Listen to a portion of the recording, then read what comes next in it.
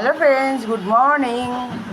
চলে এলাম একদম সকাল সকাল তোমাদের সাথে গল্প করতে আর শেয়ার করতে।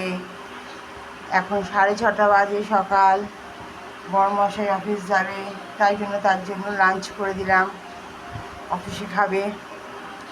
আর শেয়ারও করে দিচ্ছি তোমাদের সাথে কী কী করলাম। চলো, তোমরা কি ঘুম থেকে উঠেছো?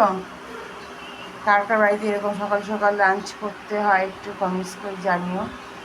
দেখো, লাঞ্চের জন্য করলাম হচ্ছে ভাত, আলু ভাজা, আর এই চিকেন কারিটা তো কালকে করেছিলাম, আলাদা করে তুলে রেখেছিলাম, সেটা একদম ভালো করে গরম করে দিয়েছি।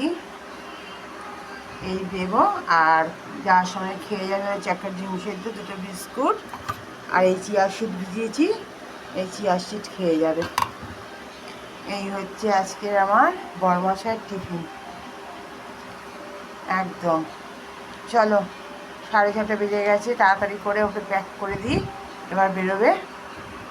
তোমরা ভালো থেকো, তোমরা তাড়াতাড়ি করে উঠে পড়ো, সবার দিনটা ভালো কাটুক।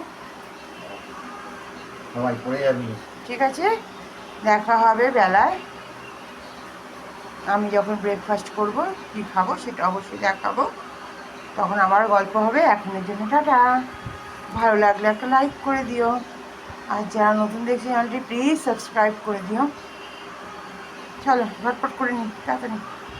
নাও হয়ে গিয়েছে আমার।